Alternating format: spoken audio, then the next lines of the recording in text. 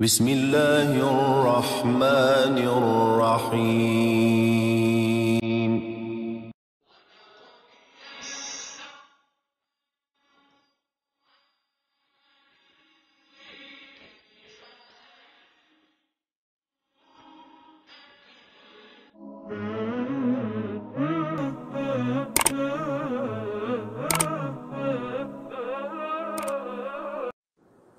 الحمدللہ والصلاة والسلام علی رسول اللہ وبعد.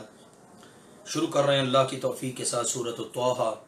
سورہ طٰہٰ میں اللہ ذوالجلال والاکرام نے سیدنا موسیٰ علیہ السلام کا خوبصورت تذکرہ بڑے شاندار انداز میں اول تا آخر ذکر کیا ہے. جس وقت وہ مدین سے واپس پلٹے اس سے لے کر آگے تک کس کس طرح سے مراحل آئے، فرعون اور اس کی ذریت سے مقابلے ہوئے، اور اسی طرح سے دیگر حالات اور واقعات تفصیل کے ساتھ اللہ ذوالجلال والاکرام نے یہاں پر اس میں بیان کیے ہیں. آئیے پڑھتے ہیں. اعوذ باللہ من الشیطان الرجیم، بسم اللہ الرحمن الرحیم. طٰہٰ، یہ بھی حروف مقطعات میں سے ہے. اللہ نے فرمایا ما انزلنا علیک القرآن لتشقی، ہم نے آپ پر یہ قرآن اس لیے نازل نہیں کیا کہ آپ مصیبت میں پڑ جائیں، بلکہ نصیحت کرنے کے لیے اس کو جو ڈرتا ہے، ڈرنے والوں کو اس میں نصیحت ملے گی. مصیبت میں ڈالنے کے لیے قرآن نہیں اتارا گیا کہ آپ اس کی وجہ سے مصیبت میں پڑ جائیں. دنیاوی اور اخروی دونوں لحاظ سے مصیبتیں ہیں کہ دنیاوی لحاظ سے یہ ہے کہ آپ مشقت اور تھکاوٹ کا شکار ہوں، اور آخرت کے لحاظ سے یہ ہے کہ آپ علیہ السلام آخرت کے اندر کہیں کسی مصیبت میں پڑ جائیں اللہ تعالیٰ کی طرف سے کسی آزمائش میں. ایسا نہیں ہے. قرآن کے نزول کا قطعاً یہ مقصد نہیں، بلکہ قرآن دنیا اور آخرت کی خیر و برکت، بھلائیاں اور خیر عطا کرتا ہے. اس کی بدولت اللہ تعالیٰ یہ سب کچھ عطا کرتا ہے. ساتھ ہی فرمایا نصیحت کرنے کے لیے اس شخص کے لیے جو ڈرتا ہے اس کو اس میں بڑی نصیحت ملے گی. اس کی طرف سے اتارا ہوا ہے جس نے زمین کو اور اونچے آسمانوں کو پیدا کیا، یعنی اللہ ذوالجلال والاکرام. یہ قرآن اس کی طرف سے اتارا ہوا ہے. وہ بے حد رحم کرنے والا ہے، عرش پر بلند ہوا جیسی اس کی شایان شان، یعنی اللہ تعالیٰ کی طرف سے نازل کردہ یہ اللہ کا کلام ہے، مخلوق کی طرف سے نہیں. اللہ کون ہے؟ جو رحمان ہے، عرش پر مستوی ہوا، وہ جس نے زمین اور آسمانوں کو پیدا کیا. جو کچھ آسمانوں میں اور جو کچھ زمین میں اور جو کچھ ان دونوں کے درمیان ہے، حتیٰ کہ جو نیچے گیلی مٹی کے نیچے ہے، وہ سب اسی کا ہے. اگر آپ اونچی آواز میں بات کریں پس بے شک وہ جانتا ہے پوشیدہ بات کو بھی اور راز کی بات کو بھی. اللہ تعالیٰ کے لیے کوئی مشکل نہیں ہے. آپ بے شک آپ اونچی آواز میں بات کریں، بے شک آہستہ آواز میں بات کریں، اللہ تعالیٰ کے لیے سب برابر ہے. اللہ وہ ذات ہے جس کے علاوہ کوئی معبود ہی نہیں ہے. اس کے اچھے اچھے نام ہیں. یہ اللہ ذوالجلال والاکرام نے بطور تمہید ابتدا میں یہ چند باتیں اپنے تعارف کے لیے ارشاد فرما دی اور قرآن کا تعارف پیش کر دیا کہ قرآن اس ذات کی طرف سے نازل کرتا ہے. اب سنو کہ آپ کے پاس موسیٰ علیہ السلام کی خبر پہنچی ہے. قرآن کی عظمت بیان کرنے کے بعد اللہ ذوالجلال والاکرام نے اب یہاں سے موسیٰ علیہ السلام کا واقعہ شروع کیا ہے. جن دنوں یہ صورت نازل ہوئی مکہ میں نبی کریم صلی اللہ علیہ وسلم کو بھی ایسے ہی حالات کا سامنا تھا جیسے موسیٰ علیہ السلام کو پیش آ چکے تھے، لہٰذا اس میں آپ کے لیے تسلی کا سامان موجود ہے. تو اللہ تعالیٰ نے فرمایا جب انہوں نے ایک آگ دیکھی، یہ رات کا وقت تھا اور سردی کا موسم تھا، تو ان کی اہلیہ محترمہ ان کے ساتھ تھیں اور سب کو رات گزارنے کے لیے آگ کی ضرورت تھی. تو موسیٰ علیہ السلام نے آگ دیکھی دور، تو کہنے لگے اپنی بیوی سے، اپنی اہلیہ سے، اپنے گھر والوں سے کہ تم یہاں ٹھہرو، بے شک میں نے ایک آگ دیکھی ہے، شاید میں تمہارے پاس اس سے کوئی انگارہ لے آؤں یا اس آگ پر کوئی رہنمائی حاصل کر لوں. یعنی وہاں سے کوئی راستہ بتانے والا ممکن ہے مل جائے، یا کم از کم چلو وہاں سے آگ کا انگارہ لے آؤں گا، یہاں پر آ کر آگ جلائیں گے اور اس کو سینک لیں گے اور سردی کے موسم کے اندر اس سے فائدہ اٹھائیں گے. اللہ ذوالجلال والاکرام نے ارشاد فرمایا فلما اتاها نودی یا موسیٰ، تو جب وہ اس کے پاس آئے یعنی اس آگ کے پاس تو انہیں آواز دی گئی اے موسیٰ.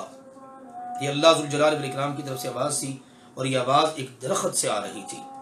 تو بہرحال آواز دی گئی اے موسیٰ بے شک میں ہی تیرا رب ہوں، تو اپنی جوتیاں دونوں اتار دے، اپنی دونوں جوتیوں کو اتار دے، بے شک تو پاک وادی طوا میں ہے اور میں نے تجھے چن لیا ہے.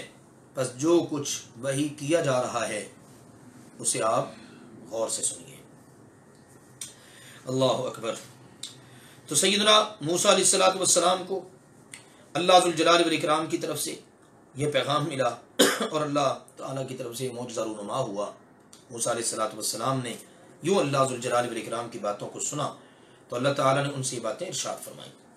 مزید کہا بے شک میں ہی اللہ ہوں، میرے سوا کوئی معبود نہیں، بس میری ہی عبادت کر اور میری یاد کے لیے نماز قائم کر. یقیناً قیامت آنے والی ہے، میں اسے چھپا کر رکھوں گا، قریب ہے کہ میں اسے چھپا کر رکھوں تاکہ ہر شخص کو اس کا بدلہ دیا جائے جو وہ کوشش کرتا ہے. کیوں اگر بتا دیا جائے فلاں دن قیامت ہے تو لوگ تو پھر اس مناسبت سے چلیں. لہٰذا اللہ تعالیٰ نے اس کو چھپا کر رکھا ہے. اللہ تعالیٰ کسی کو بتاتا نہیں ہے، اور اس کے چھپا کر رکھے جانے کا مقصد یہ ہے جس نے جو کرنا ہے کوشش محنت کرنی ہے کر لے، اللہ قیامت کے دن اس کو اس کے کیے کا پورا بدلہ دے گا. بس آپ کو اس سے وہ شخص روک نہ دے، قیامت سے آپ کو وہ شخص روک نہ دے جو اس پر یقین نہیں رکھتا اور اپنی خواہش کے پیچھے لگا ہوا ہے، مگر نہ آپ ہلاک کیے گئے ہو جائیں گے. آپ نے ہلاکت میں پڑ جانا ہے. آخرت کے منکر کہیں آپ کو باتوں میں لگا کر اور اپنے موقف سے آپ کو آگاہ کر کے کہ آخرت پر یقین سے ڈاما ڈول نہ کر دیں. اگر ایسا کبھی پیش آ گیا تو پھر تو آپ ہلاک ہو جائیں گے. اب اللہ ذوالجلال والاکرام کی طرف سے یہ سارے پیغامات موسیٰ علیہ الصلوۃ والسلام کو دے دیے گئے. یہ کرنا ہے، یہ نہیں کرنا، یہ کام آپ کے کرنے والے ہیں اور ان کاموں سے آپ نے بچنا ہے. اب اس کے بعد ارشاد ہوا اور اے موسیٰ یہ آپ کے دائیں ہاتھ میں کیا ہے؟ عرض کیا یا اللہ یہ میری لاٹھی ہے، میں اس پر ٹیک لگاتا ہوں اور میں اس کے ساتھ اپنی بکریوں سے کے لیے پتے جھاڑتا ہوں اور میرے لیے اس میں کئی اور ضرورتیں بھی ہیں، کئی اور کام بھی میں نے اس سے لینے ہوتے ہیں. سبحان اللہ. سوال تو اتنا تھا آپ کے دائیں ہاتھ میں کیا ہے، لیکن اشتیاق پیدا ہوا جس اللہ کی اتنی خوبصورت آواز میں نے اتنی ساری باتیں سنی ہیں، میں بھی تو اس سے ذرا زیادہ باتیں کر لوں. اپنے محبوب سے زیادہ باتیں کرنے کو جی چاہتا ہے. سبحان اللہ. تو اللہ ذوالجلال والاکرام نے یہ باتیں سننے کے بعد ارشاد فرمایا اے موسیٰ اسے پھینک دو. تو انہوں نے اللہ کا حکم پا کر اس کو پھینک دیا. اسی وقت وہ ایک دوڑتا ہوا سام بن گیا. لاٹھی جیسے ہی پھینکی وہ دوڑتا ہوا سام بن گئی. تو موسیٰ علیہ الصلوۃ والسلام کو اللہ ذوالجلال والاکرام نے فرمایا اس کو پکڑو اور ڈرو نہیں. موسیٰ علیہ السلام ڈر گئے. تو اللہ ذوالجلال والاکرام نے ایک جگہ پر آئے گا ڈر گئے اور دوڑ لگا دی. اللہ نے کہا بھاگے نہیں، ڈریے نہیں، دوڑے نہیں، واپس پلٹیں اور اس کو پکڑیں. یہاں کہا اس کو پکڑو اور ڈرو نہیں، ان قریب ہم اسے اس کی پہلی حالت میں لوٹا دیں گے. جیسے ہی آپ کا ہاتھ اس کو دوبارہ لگے گا نا یہ اپنی پہلی حالت میں آ کر لاٹھی بن جائے گی. اور اپنا ہاتھ اپنے پہلو کی طرف ملاؤ، اپنا ہاتھ اپنے پہلو کے ساتھ ملاؤ اور جیسے ہی آپ اس کو ملاؤ گے نا وہ کسی عیب کے بغیر سفید چمکتا ہوا نکلے گا. اپنے پہلو کے ساتھ لگاؤ، لگانے کے بعد انہیں اپنے بغل میں ڈال لو، ڈالنے کے بعد نکالو. جب نکالو گے نا اس میں کوئی نقص نہیں ہوگا، بیماری نہیں ہوگی، عیب نہیں ہوگا، اس کے بغیر وہ چمکتا ہوا باہر آئے گا. یہ بھی آپ کے لیے ایک اور نشانی ہے. یہ دو معجزات ہو گئے، یہ دو نشانیاں ہو گئی آپ کے رب سبحانہ و تعالیٰ کی طرف سے تاکہ ہم آپ کو اپنی چند بڑی نشانیاں دکھائیں. اس کے بعد اللہ تعالیٰ آپ کو بڑی بڑی بعض نشانیاں دکھائے گا. چنانچہ پھر یہ ہوا، ارشاد ہوا کہ فرعون کی طرف جائیے، بے شک وہ سرکش ہو گیا ہے. عرض کیا اے میرے رب میرے لیے میرا سینہ کھول دے. فرعون کے پاس جانا ہے، اس کی ساری صدارت ہے، وزارت ہے، بڑے بڑے لوگ ہیں، بڑے قادر الکلام لوگ بھی اس کے پاس موجود ہیں. لہٰذا اے اللہ میری تیری بارگاہ میں التجا یہ ہے کہ میرا سینہ کھول دے اور میرے لیے میرا کام آسان کر دے اور میری زبان کی کچھ گرہ کھول دے کہ وہ میری بات سمجھ سکیں اور میرے لیے میرے گھر والوں میں سے ایک بوجھ بٹانے والا بنا دے جو میرے بوجھ کو میرے ساتھ اٹھائے اور میرا ساتھی ہو.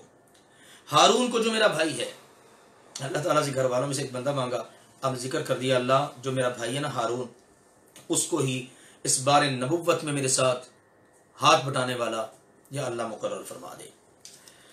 اس کے ساتھ میری پشت کو مضبوط کر دے، بھائی ہوگا میری پیٹھ پر اور مجھے بڑا اطمینان ملے گا. بھائی بھائیوں کے بازو ہوتے ہیں. اور اسے میرے کام میں شریک کر دے تاکہ ہم تیری بہت تسبیح کریں اور تجھے بہت یاد کریں. بے شک تو ہمیشہ ہمارے حال کو خوب جاننے والا ہے. یہ التجا، یہ باتیں موسیٰ علیہ الصلوۃ والسلام نے اللہ کی بارگاہ میں عرض کی اور یہ سوالات رکھے، یہ دعائیں کی. ارشاد ہوا اللہ ذوالجلال والاکرام کی طرف سے، اللہ نے فرمایا بے شک آپ نے جو سوالات کیے ہیں، جو مانگا ہے وہ سب عطا کر دیا گیا ہے موسیٰ. اور البتہ تحقیق ہم نے آپ پر ایک اور بار بھی احسان کیا. کہ جب ہم نے آپ کی والدہ کی طرف جو وحی کرنا تھی وہ کی، اور وہ وحی یہ تھی آپ کی والدہ محترمہ کو کی کہ اسے صندوق میں ڈال دے، پھر اسے دریا میں ڈال دے، پھر دریا اسے کنارے پر ڈال دے، اسے ایک میرا دشمن اور اس کا دشمن اٹھا لے گا، اور میں نے تجھ پر اپنی طرف سے ایک محبت ڈال دی، اور تاکہ تیری پرورش میری آنکھوں کے سامنے کی جائے۔ موسیٰ علیہ السلام پیدا ہوئے، بچے قتل کیے جا رہے تھے۔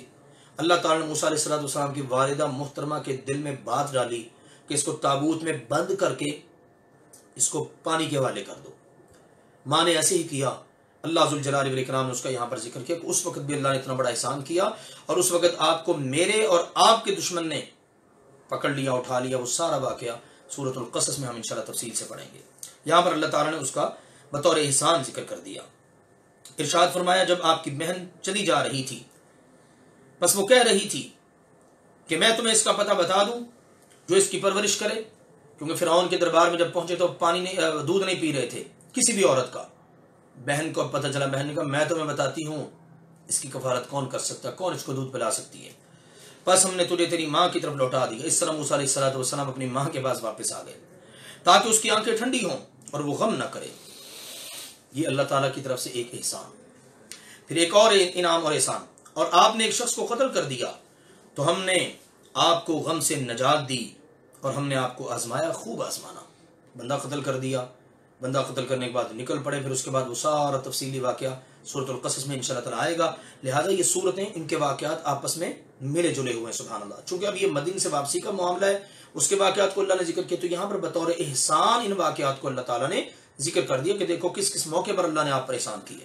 پھر کئی سال آپ مدین والوں میں ٹھہرے رہے، پھر ایک مقررہ اندازے پر آپ وہاں سے آ گئے اے موسیٰ، یعنی اپنی مدت مکمل کرنے کے بعد جو جناب شعیب کے ساتھ مقرر ہوئی تھی، آپ واپس آ گئے، اور میں نے تجھے اپنے لیے خاص طور پر بنایا ہے، تیرا انتخاب میں نے خود کیا ہے اپنے کام کے لیے، لہٰذا اب تو اور تیرا بھائی میری نشانیاں اور معجزات لے کر جاؤ، اور میرے ذکر میں سستی اور کوتاہی نہ کرنا۔ تم دونوں بھائی جاؤ فرعون کی طرف، بے شک وہ سرکش ہوا پڑا ہے، باغی ہے وہ۔ تم دونوں بھائیوں نے اسے جا کر بات نرمی سے کرنی ہے، نرم بات کرنی ہے، سختی نہیں، زبان میں سختی نہیں لانی، نرمی سے بات کرنی۔ دیکھیے اللہ اپنے دشمن تک دعوت پہنچانے کے لیے بھی نرم بات کرنے کی تلقین اور حکم فرما رہا ہے، شاید کہ وہ نصیحت پکڑے اور ڈر جائے۔ دونوں نے عرض کیا ہے ہمارے رب، بے شک ہمیں ڈر لگتا ہے کہیں ایسا نہ ہو کہ وہ ہم پر زیادتی کرے یا وہ ہم پر ظلم کرے اور حد سے بڑھ جائے۔ ارشاد فرمایا تم دونوں ڈرو نہیں، بے شک میں تم دونوں کے ساتھ ہوں، سن رہا ہوں اور دیکھ رہا ہوں۔ یعنی فزیکلی اللہ تعالیٰ ساتھ نہیں ہے کہ اپنے وجود اپنے جسم کے ساتھ ہو، اللہ تعالیٰ سننے دیکھنے کے لحاظ سے ساتھ ہے، ورنہ ذات کے لحاظ سے اللہ تعالیٰ عرش بری پر ہے۔ تم دونوں اس کے پاس جاؤ اور جا کر کہو بے شک ہم تیرے رب کی طرف سے آئے ہوئے تیری طرف رسول ہیں، بس ہمارے ساتھ بنی اسرائیل کو بھیج دے اور ان کو یوں تنگ نہ کر، ستا نہ، تکلیفیں نہ دے، عذاب نہ دے۔ یقیناً ہم تیرے پاس تیرے رب کی طرف سے نشانی اور معجزے لے کے آئے ہیں۔ سلام ہو اس شخص پر جو ہدایت کی پیروی کرے۔ بے شک ہماری طرف وحی کی گئی ہے، اللہ سبحانہ و تعالیٰ کی طرف سے ہماری طرف وحی آئی ہے کہ بے شک جو شخص تکذیب کرے گا اور منہ پھیرے گا اس پر اللہ کی طرف سے عذاب آئے گا۔ ٹھیک ہے نا؟ جو مان لے گا سلامتی اس کا مقدر بنے گی، جو نہیں مانے گا عذاب اس کے مقدر میں ہوگا۔ جب یہ خوبصورت دعوت پیش کی تو اب وہ فرعون کہنے لگا اے موسیٰ تم دونوں بھائیوں کا رب کون ہے؟ عرض کیا بلکہ موسیٰ علیہ السلام نے ارشاد فرمایا اس کے مقابلے میں ہمارا رب وہ ہے جس نے ہر چیز کو اس کی شکل و صورت بخشی، ہر چیز کو جس نے پیدا کیا پھر اسے سیدھا راستہ دکھایا، وہ ہے ہمارا رب اللہ سبحانہ و تعالی جو ہر چیز کا خالق ہے، ہر چیز کو شکل و صورت دینے والا ہے اور اس کو سیدھا راستہ بتانے والا ہے۔ اس نے کہا پہلے زمانے کے لوگوں کا کیا حال ہے؟ کہا ان کا علم میرے رب کے پاس ہے ایک کتاب میں، وہ ایک کتاب میں درج لوح محفوظ میں، میرا رب نہ بھٹکتا ہے اور نہ بھولتا ہے، وہ ان چیزوں سے بالکل مبرہ اور پاک ہے۔ یہ سوال جو فرعون نے پوچھا اس کا مقصد یہ تھا کہ جب موسیٰ علیہ السلام ان کو گمراہ اور مستحق عذاب قرار دیں گے تو ان کے خلاف تمام لوگوں کے جذبات استعمال کرتے ہوئے ان کو جناب وہ بھڑکائے گا کہ دیکھو بھی تمہارے آباء و اجداد کے بارے میں کیا کہہ رہا ہے۔ تو موسیٰ علیہ السلام نے بھی بڑی ہی حکمت کے ساتھ جواب دیا کہ اس کا علم میرے رب کے پاس ہے۔ ٹھیک ہے نا؟ اللہ تعالیٰ کو پتا ہے وہ پہلوں کا کیا حال ہوا ہے، دیکھ لیجئے فرعون کی سازش کتنی خوفناک تھی، اور اس میں سے اللہ تعالیٰ نے مدد کر کے موسیٰ علیہ السلام کو کس طرح کامیابی سے نکال لیا، اور کہا میرا رب وہ ہے جو بھٹکتا نہیں ہے، بھولتا نہیں ہے، میرا رب وہ ہے سبحانہ و تعالیٰ جس نے تمہارے لیے زمین کو بچھونا بنایا اور تمہارے لیے اس میں راستے جاری کیے، اور آسمان سے کچھ پانی اتارا، پھر ہم نے اس کے ساتھ کئی قسمیں مختلف نباتات سے نکالی، مختلف قسم کی جڑی بوٹیاں، اور یہ سارے کھانے پینے کے غلے اناج وغیرہ، یہ سب کچھ اللہ ذوالجلال والاکرام نے نکالا۔ حکم ہوا کھاؤ اور اپنے چوپایوں کو چراؤ، بے شک اس میں عقل والوں کے لیے یقیناً بہت سی نشانی ہیں۔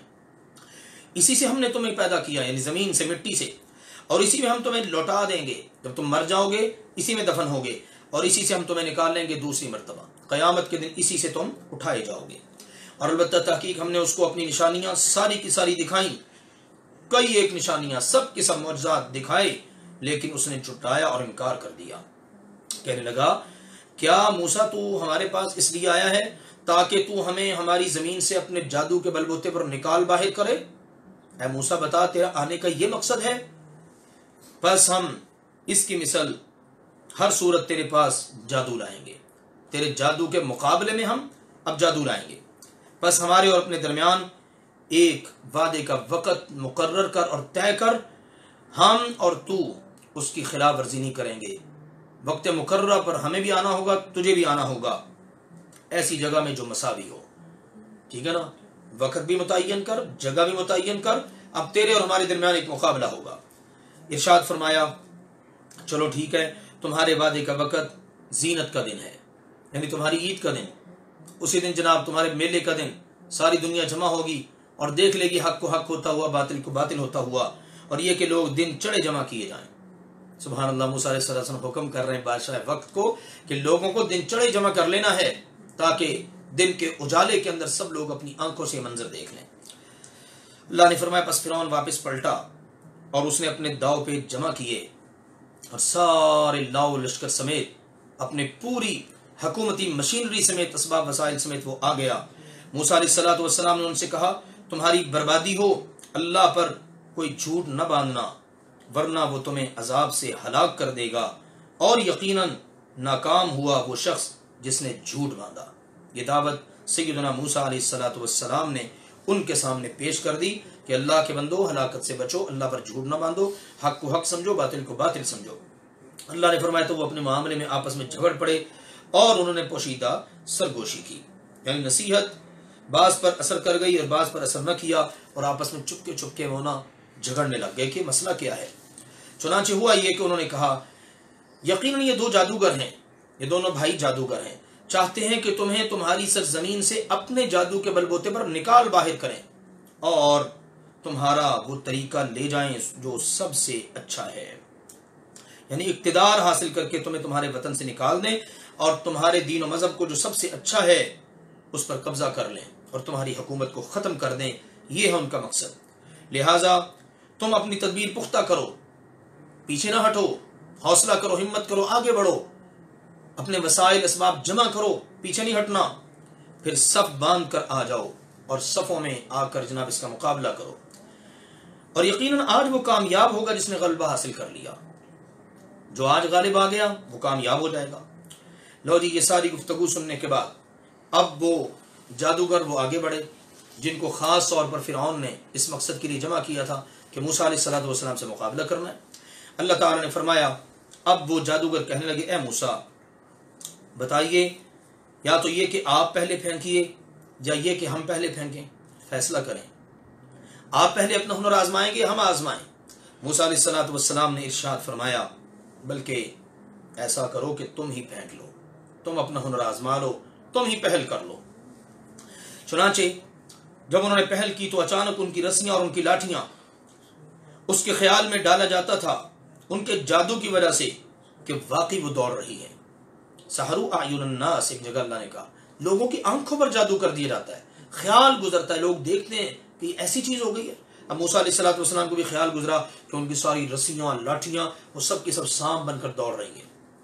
اب انہوں نے جیسے اپنی رسیاں لاٹھیاں پھینکی نا تو یہ منظر بن گیا۔ اللہ ذوالجلال والاکرام نے فرمایا تو موسیٰ علیہ السلام نے اپنے دل میں ایک خوف محسوس کیا، یہ فطری خوف ہے، ڈر محسوس کیا کہ یہ کیا بنا۔ تو اللہ ذوالجلال والاکرام کی طرف سے وحی ہے، اللہ نے کہا ہم نے کہا ڈریے نہیں، بے شک آپ ہی غالب ہیں، آپ کو ڈرنے کی ضرورت نہیں ہے، غالب آپ نہیں آنا ہے. یہ فطری ڈر ہے اور یہ شرک کے زمرے میں نہیں آتا. بہرحال اللہ کی طرف سے حکم ہوا جو آپ کے دائیں ہاتھ میں ہے اس کو پھینک دیجئے. جو کچھ انہوں نے گھڑا اور کیا ہے یہ معجزہ اس سب کو نگل لے گا. یہ جو ہم نے آپ کو معجزہ دیا ہے نا آپ کی لاٹھی کی صورت میں، اس کو پھینک دیجئے، یہ سب کو نگل لے گا جو انہوں نے کیا ہے. چنانچہ ایسا ہی ہوا. اللہ نے فرمایا بے شک انہوں نے جو کچھ بنایا ہے وہ جادوگر کی چال ہے. جو کچھ انہوں نے کیا یہ جادو ہے، جادوگر کی چال ہے. اور جادوگر جس طرح بھی آ جائے، جہاں سے بھی آ جائے، وہ کامیاب نہیں ہو سکتا. بھلے معجزے کے مقابلے میں جادو کیسے کامیاب ہو سکتا ہے؟ اللہ کے نبی کے مقابلے میں جادوگر کامیاب ہو ہی نہیں سکتا. چنانچہ پھر وہی ہوا، لاٹھی نے سب رسیوں کو، لاٹھیوں کو نگل لیا. معجزے نے سارے جادو کا صفایا کر دیا. اللہ نے فرمایا یہ منظر دیکھ کر جادوگر سجدے میں گر پڑے. سجدے میں گر پڑے، گر کر کہنے لگے ہم موسیٰ اور ہارون کے رب پر ایمان لے آئے. تو اس وقت فرعون غصے میں آ گیا، جوش میں آ گئی، کیا بنا، میرا تو کھیل سارا خراب ہو گیا. اس نے کہا تم اس پر ایمان لے آئے قبل اس کے کہ میں تمہیں اجازت دوں؟ بے شک یہ تمہارا بڑا ہے جس نے تمہیں جادو سکھایا ہے. لگتا ہے تمہاری کوئی چال ہے. یہ موسیٰ تمہارا بڑا ہے، تمہارا استاد ہے جس نے تمہیں یہ جادو سکھایا ہے. اب ضرور میں تمہارے ہاتھ اور تمہارے پاؤں مخالف سے میں سے کاٹ دوں گا اور کھجوروں کے تنوں میں تمہیں بری طرح سولی دوں گا اور تمہیں ضرور پتہ چل جائے گا کہ ہم میں سے عذاب دینے، سزا دینے کے لحاظ سے کون سخت ہے اور کس کا ہمیشہ ہمیشہ رہنے کا معاملہ ہے، کون باقی رہنے والا ہے. تمہیں پتہ چل جائے گا. اس کو اپنے اوپر گھمنڈ تھا کہ ہمیشہ میں نے باقی رہنا ہے، میری سزا جیسی دنیا میں کوئی سزا دے ہی نہیں سکتا. اللہ اکبر. اس نے اس بات کا اعلان کر دیا کہ تمہیں پتہ چل جائے گا انجام سے کہ کون سخت سزا دینے والا ہے اور کون باقی رہنے والا ہے. اللہ کے بندوں نے کہا، موسیٰ علیہ السلام کی امتیوں نے کہا جو پہلے جادوگر تھے، انہوں نے کہا ہم تجھے کوئی اہمیت نہیں دیتے اس پر جو ہمارے پاس واضح روشن دلائل آ چکے ہیں. ہم نے اپنی آنکھوں سے جو معجزہ دیکھ لیا ہے، اب اس کی روشنی میں ہماری نگاہ میں تیری کوئی حیثیت اوقات نہیں ہے. اور اس ذات کے مقابلے میں جس نے ہمیں پیدا کیا ہے، تیری اس کے مقابلے میں کیا حیثیت اور کیا اوقات ہے؟ اس پر ہم تجھے ترجیح دے ہی نہیں سکتے. بس جا جو تو نے کرنا ہے کر لے، تو ہماری اس دنیا کی زندگی کا ہی فیصلہ کر لے گا نا. سلام ہے ان مسلمانوں کو، سبحان اللہ، موسیٰ علیہ السلام کے ان صحابیوں کو کہ جنہوں نے کوئی لمبے چوڑے خطابات نہیں سنے، ایک ہی معجزے سے سبحان اللہ سبق حاصل کر کے ایمان لا کر اتنے پکے ایمان والے بن گئے. چنانچہ انہوں نے کہا بے شک ہم اپنے رب سبحانہ و تعالیٰ پر ایمان لے آئے تاکہ وہ ہمارے لیے ہماری خطاؤں کو معاف کر دے، اور جو آج تک تو نے ہمیں جادو پر مجبور کر کے لگائے رکھا، اللہ ہمارا وہ جرم بھی معاف کر دے، کیونکہ وہ بھی کفریہ کام تھا. تو نے اس پر ہمیں مجبور کر کے لگائے رکھا. اور سن، تو کہہ رہا ہے تمہیں پتہ چل جائے گا، ہمیں تو پہلے ہی پتہ چل چکا ہے کہ اللہ تعالیٰ ہی سب سے بہترین اور ہمیشہ ہمیشہ باقی رہنے والا ہے. بے شک حقیقت یہ ہے کہ جو اپنے رب کے پاس مجرم بن کر آئے گا تو یقیناً اس کے لیے جہنم ہے، نہ وہ اس میں مرے گا اور نہ جیے گا. وہاں پر نہ زندگی ہے نہ موت ہے. اللہ اس برے انجام سے ہم سب کو اپنی پناہ میں رکھے. اور جو اللہ ذوالجلال والاکرام کے پاس مومن بن کر آئے گا کہ اس نے اچھے اعمال کیے ہوں گے، تو یہی وہ لوگ ہیں جن کے لیے سب سے بلند درجے ہیں، ہمیشہ کے باغات جن کے نیچے نہریں بہتی ہیں، ان میں وہ ہمیشہ ہمیشہ رہنے والے ہیں، اور یہ اس کی جزا ہے جو پاک ہوا. یوں انہوں نے بھرے دربار کے اندر یہ خوبصورت پیغام سنایا. اندازہ کر لیجئے، ابھی چند لمحے پہلے کافر تھے، اب مسلمان ہو گئے، اور کتنا خوبصورت انہوں نے پیغام اپنی قوم کے سامنے سنا دیا. یہاں پر اللہ ذوالجلال والاکرام کی طرف سے ایک بات مکمل ہو گئی.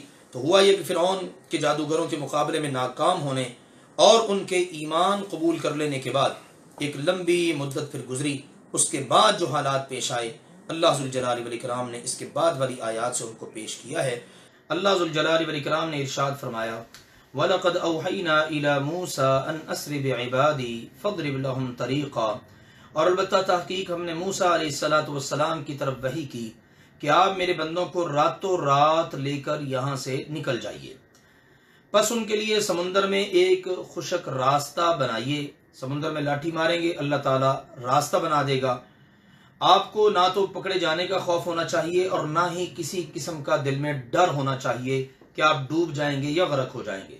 لہذا بے خوف و خطر آپ سمندر کو پار کیجیے. پس فرعون نے اپنے لشکروں کے ساتھ ان کا پیچھا کیا تو انہیں سمندر سے اس چیز نے ڈھانپ لیا جس نے انہیں ڈھانپنا تھا۔ فرعون بھی انہی راستوں پر چلا کہ پیچھا کرتے ہوئے موسیٰ علیہ السلام اور ان کی قوم کو پکڑ لیے، لیکن اللہ ذوالجلال والاکرام نے اسی پانی میں اس کو غرق کر دیا جس پانی سے موسیٰ علیہ السلام اور ان کی قوم کو اللہ نے پار پہنچایا۔ اللہ نے فرمایا فرعون نے اپنی قوم کو گمراہ کیا اور اسے سیدھے راستے پر نہ ڈالا، لہذا دنیا میں بھی تباہ ہوا، آخرت میں بھی جہنم کا ایندھن بنے گا۔ اے بنی اسرائیل، یقیناً ہم نے تمہیں تمہارے دشمن سے نجات دی اور ہم نے طور پہاڑ کی دائیں جانب کا تم سے وعدہ کیا اور ہم نے تم پر من اور سلوہ اتارا۔ اللہ ذوالجلال والاکرام کی طرف سے کئی ایک ان پر انعامات ہوئے، ان کا اللہ نے ذکر کیا ہے۔ حکم ہوا جو چیزیں ہم نے تمہیں دی ہیں پاکیزہ چیزوں کی صورت میں وہ کھاؤ، اور اس میں کسی قسم کی سرکشی نہ کرنا، حد سے نہ بڑھنا، حرام کی طرف رخ نہ کرنا، حلال پاکیزہ کھانا۔ اگر تم نے حد سے بڑھنے کی کوشش کی تو تم پر میرا غضب اترے گا، اور جس پر بھی میرا غضب اترتا ہے وہ پھر کبھی بھی بچتا نہیں ہے، وہ تباہ ہو جاتا ہے، ہلاک ہو جاتا ہے۔ اور بے شک میں بہت بخشنے والا ہوں اس کو جو توبہ کرے، ایمان لائے، نیک عمل کرے، پھر سیدھا ہو کر چلتا رہے۔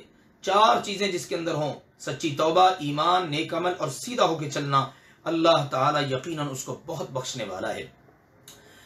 اور اے موسیٰ علیہ السلام جی، آپ کو آپ کی قوم سے کس چیز نے جلدی یہاں پر آنے پر مجبور کیا؟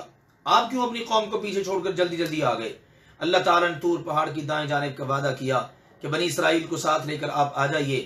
موسیٰ علیہ السلام اپنے بھائی ہارون علیہ السلام کو جانشین بنا کر خود تیزی سے آگے کی طرف بڑھ گئے اور ان کو کہا کہ تم لوگ میرے پیچھے چلتے آؤ۔